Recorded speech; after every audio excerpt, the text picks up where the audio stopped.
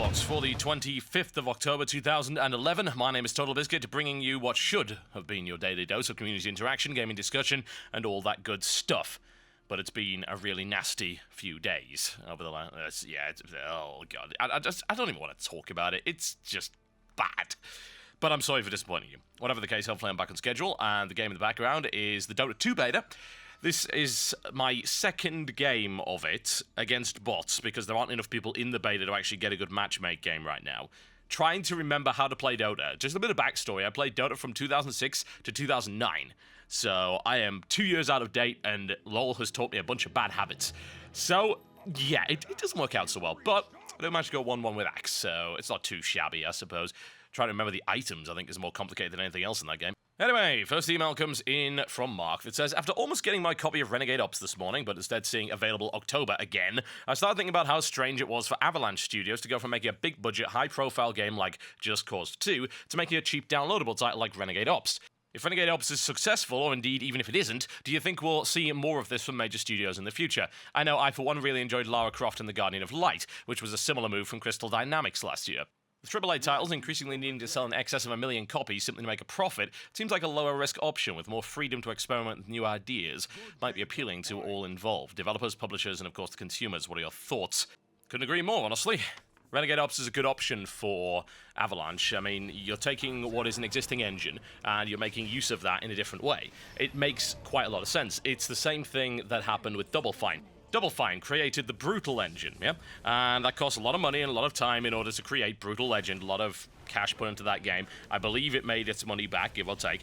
And then they went on to create a number of smaller games, and these were actually ideas that during the Brutal Legend development process, they kind of had a couple of weeks break from the game, and they split their development team up into, I think it was 4 separate teams. Just gave them each a team leader and said, go and design a game in this time. Just forget about Brutal Legend, go and do this. And then they filed those ideas away. And those ideas actually then became games. Stacking is one of them. We had Costume Quest, that was another one. And Trenched, also known as Iron Brigade. They had to rename it. Trench was a really good name. Goddamn trademarks. Whatever the case, those came out really well, and they all ended up using the Brutal Engine, and they worked extremely well as far as I'm concerned.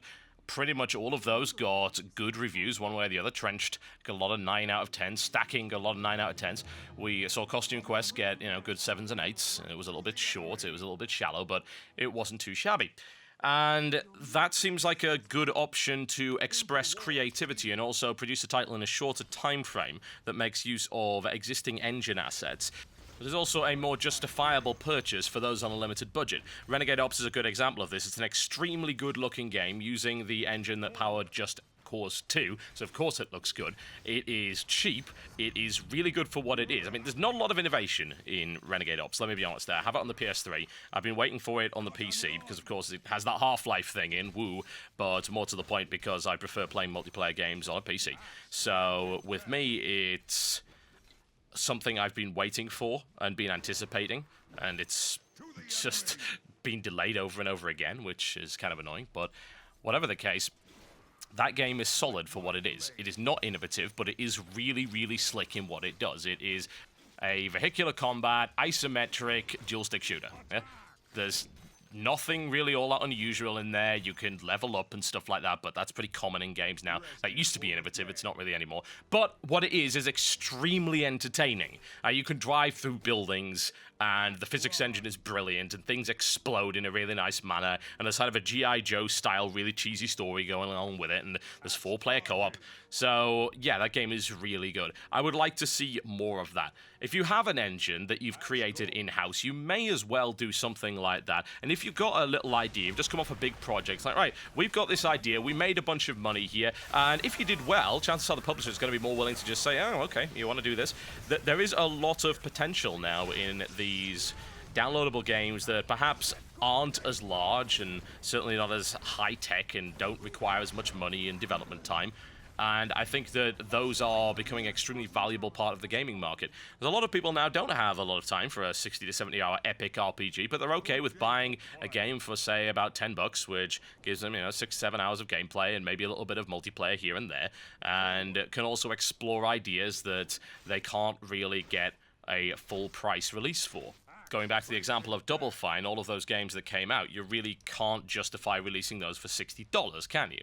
You know, you've got a third-person tower defense style game in the form of Iron Brigade, you've got a weird puzzle game in the form of Stacking, and you've got this bizarre RPG set on Halloween where you're a bunch of kids who can turn into monsters and robots and fight orcs and things like that for candy. You can't justify $60 purchases for those, but there is a place, a rather large marketplace now, not only on console but also on PC, for those smaller form games. And I think that these larger developers should absolutely 100% go into them, because more often than not, they work out really, really well.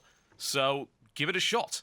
This one comes in from Connor that says, as a user of GOG.com, I love and admire them for the efforts that they have achieved in order to give us old PC games which we loved and enjoyed from eras past. My question to you is this: what is your opinion on the promotions that offer in particular the prices in which they sell old games? Do you think that this will overall entice other video game studios in working with GOG in order to give us the old games that we love so much? Also, if there were any games you would chop your arm off with a rusty bread knife in order to get, what would they be? An interesting question. Well, I can answer, I think, the second part. I think that's probably the one I'm going to focus on the most, because it's difficult to talk about the first bit. Some publishers are just weird in the IP that they've got, and even if you get approached and say, oh, right, well, you know, we want to fix up your old game that you are not getting any money out of anymore, we want to sell it for this price, some publishers are just weird and just say, well, no, we're not going to allow you to do that. I imagine that's the case with LucasArts, because I would love to see X-Wing versus TIE Fighter, for instance, and just indeed X-Wing, TIE Fighter, X-Wing v TIE Fighter, X-Wing Alliance, all of those Star Wars games. I like to see those on GOG. But, of course, there's no sign of that happening anytime soon. I would like to see a lot of the old Star Trek games on GOG. What about Final Unity, for instance? That was an excellent game. What about all the Starfleet Command games? Even 3, as long as it supported mods. You know, it was a little bit lackluster before that. Get the meta-universe running again, because there was some extremely interesting, persistent multiplayer that went on with those games. So things like Elite Force, I mean, a lot of the Star Trek games in general, but the licensing issues come in there, and you've got a lot of publishers that hold on to it, and more to the point, you've got licenses that then change hands, and that makes things even more legally difficult. I'm pretty sure that Star Trek license is not in the same hands as before, because, well, hell, it used to be in the control of Microprose that doesn't even exist. They did Star Trek The Final Unity, so that's a bit of a kick in the teeth there, I think. I would like to see some more 4X strategy games. There's a couple I would really like to see. Fragile Allegiance is one. It's a 4X space strategy game that was based on asteroids, and you had to take control of various asteroids to mine resources, and there was a lot of different technology you could get. It kind of felt a little bit mercenary. There's a lot of different kinds of missiles in that game that you could launch from one asteroid at another, and you could just sort of rain nuclear death or poison death or whatever the hell death you pleased on other people's asteroids. It was pretty damn entertaining. Also, I'd like to see Pax Imperia Eminent Domain. That was a really good 4X game. It had real-time space battles. It had a really nice style to it, really awesome music and stuff like that. I would like to see Pax Imperia on that. I mean, there's definitely been some good 4X strategy games put on there. Master of Magic, Master of Orion 1 and 2. Let's just ignore that Master of Orion 3 ever happened. As far as I'm concerned, it did not. There are certainly possibilities there, I feel. I'd like to see some of the older XCOM games fixed up a little bit better. XCOM Apocalypse was one of my favorites, for instance, after, of course, Enemy Unknown. We wouldn't want to be heretical, would we? I'd like to see that kind of fixed up and made to work, because I think that had a very interesting metagame element to it in terms of the way that the strategy worked and managing alliances or indeed wars with different corporations. Syndicate, prime example. Syndicate and Syndicate Wars would be wonderful to see on there. Syndicate seems like I think it will end up coming there, honestly. I mean, one, it's a really good promotion for the upcoming Syndicate FPS, and secondly, EA are already playing ball on some things. I mean, they got Nox on there, for instance. That's always a good start. Nox was a really great game. They did manage to get Dungeon Keeper 2 on there, which is a wonderful thing. They've got Dungeons & Dragons Dragonshard, which I think was a highly underrated game. I loved that. It had some really interesting stuff. It was extremely cool, in my honest opinion. A lot of people don't like Dragonshard, but I think it's a really great game. And it's interesting that they've got that and they don't have Battle Realms, because Battle Realms is by the same company. That's by Liquid Entertainment. That was kick-ass as well. That was a really good RTS. There's so many. There really, really are so many games that I'd like to see on GOG, but GOG are doing a stellar job continuing to promote these titles and actually get them working again. They're awesome. CD Projekt are an amazing company, and I wish them all the success in the future. This one comes in from Soren that says, after playing several shooter games like COD, Battlefield, Bad Company 2, Brink, Space Marine, etc., I found myself missing the old Quake formula where all weapons, ammo, and power-ups were located on the map. It created a completely different way of playing compared to modern shooters full of weapon and perk customization. Furthermore, this style of shooter is in most cases more fast-paced, which really adds to the tension. In a lot of modern shooters, there will be weapons, perks, etc., which are considered overpowered. It doesn't seem like such a big issue when people have to fight hard and learn respawn times to get the advantage of a powerful weapon or ability. You sort of earn the right to a temporary advantage. It also seems much easier from my non-expert point of view to balance this setup because you can simply adjust respawn times and availability of ammo to get the desired balance. I've played Quake Live, but I was really hoping someone would try and re-establish this style of shooter. With id Software's release of Rage, it doesn't seem like they're up for it. Do you think this style of shooter would be able to compete with the likes of Battlefield and COD? Could a resurrection of this style be beneficial for the esports scene? I think it probably could be beneficial for the esports scene.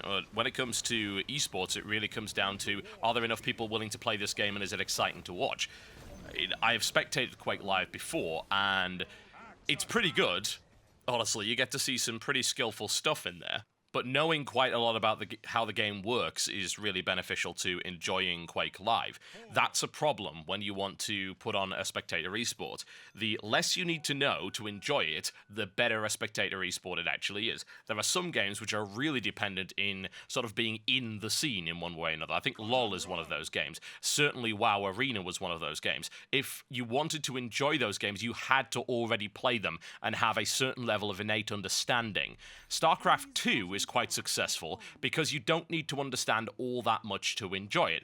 It kind of flows a bit like a sport, as I've said before. It's like you've got two large teams sort of flying back and forth on a battlefield. It's a very fluid, it's a very natural, organic style of play that sort of clicks and makes sense very, very easily. It's the idea of if your army is in the end zone, as it were, if your team is in the end zone, and that happens to be the opponent's base, then you know that that guy is probably winning. You know, he's in the base wrecking stuff, as opposed to going into the end zone, getting a touchdown. If you're in your opponent's half of the pitch, for instance, the chances are that things are going well for you. And then you see a big push back, and that's the sprint down the line, going for the touchdown area, or going for the goal, or whatever. That actually makes quite a lot of sense to someone that has a basic understanding of sports. Quake doesn't.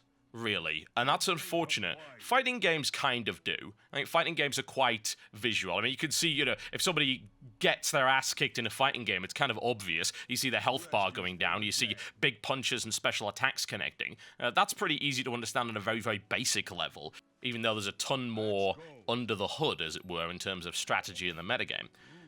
You can look at shooters like Counter-Strike. Counter-Strike's probably had the strongest esports scene for the longest time. That game, I think, has established itself based on, one, the popularity of the game. Now, that's a big deal. It's the same reason why LoL Esports at the moment is doing okay, because it's got like 15 million accounts. A lot of people play League of Legends, so even if it's not that great as an esport, which I would agree that currently it is not, people will still watch it because the game has a lot of support. Counter-Strike's been around for the longest time and has established itself as kind of a niche esport that is quite popular. But for the outside viewer, Counter-Strike isn't particularly entertaining, I would have to say, because once again you need to know quite a lot about the game, the way that each map is set up, the strategies, the various positions you're expected to stand in, the way the weapons work, things like that. It's not immediately obvious to someone watching Counter-Strike as to who is doing really, really well and who isn't. But there is the opportunity for clutch play there, and of course Counter-Strike is an extremely skillful game with a lot of team-based stuff and a good pedigree, and hopefully it continues to be a successful esport when Counter-Strike Go comes out. I don't think I'd be really so concerned about an esport when creating a deathmatch style game. I'd just be concerned about there being a deathmatch style game that isn't Quake, because I'll be totally honest, I preferred Unreal Tournament to Quake. Having secondary fires and things like that gave the combat a lot more variety, the dodge moves and stuff like that. The weapons were more creative. I mean, Quake 3's weapons, let's be honest, they're not all that creative. They are very well balanced for a competitive game, but they're not all that interesting. In Quake, a rocket launcher, well, it just shoots rockets at a constant pace. In Unreal Tournament, you can hold down the button to fire multiple rockets, and of course that can be a bit of a risk because they will all fire off if you hold down the button too long. You can also alt-fire for sort of homing attack and stuff like that. You got weapons like the bio rifle. It's just got a more interesting arsenal overall than Quake does. I want to see another Unreal Tournament or indeed Painkiller style of game. You've got a lot more weapons at your disposal, you've got a lot more ways to kill people. I think Bulletstorm could have done a really good job of that, but of course it didn't.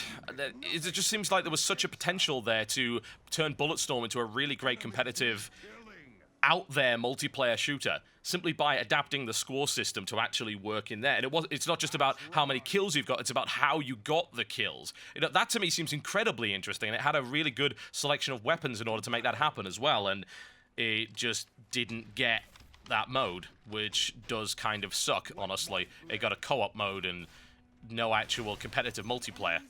Not so good. I would be extremely happy to see an indie company pick up a license for an old engine and create a deathmatch style game like this. I really, really would. I don't even care if it's an old engine. People still play Quake. They don't mind that the graphics are quite basic. I wouldn't mind in a fast-paced deathmatch game if the graphics were basic either. I don't need a fancy physics engine. What I do need are a good selection of weapons and fast-paced deathmatch gameplay. If I see that from an indie game, I will be very, very happy if they execute it correctly. Because right now it's not coming from any major developer. And that saddens me. It really, really does. Alright folks, that is me done for the day. Thank you very much for watching the Mailbox. I'll bring you another Mailbox if a lot of angry Battlefield 3 fanboys haven't lynched me during the night for insulting their precious single-player mode, which I might add is very bad. Whatever the case, I shall see you next time.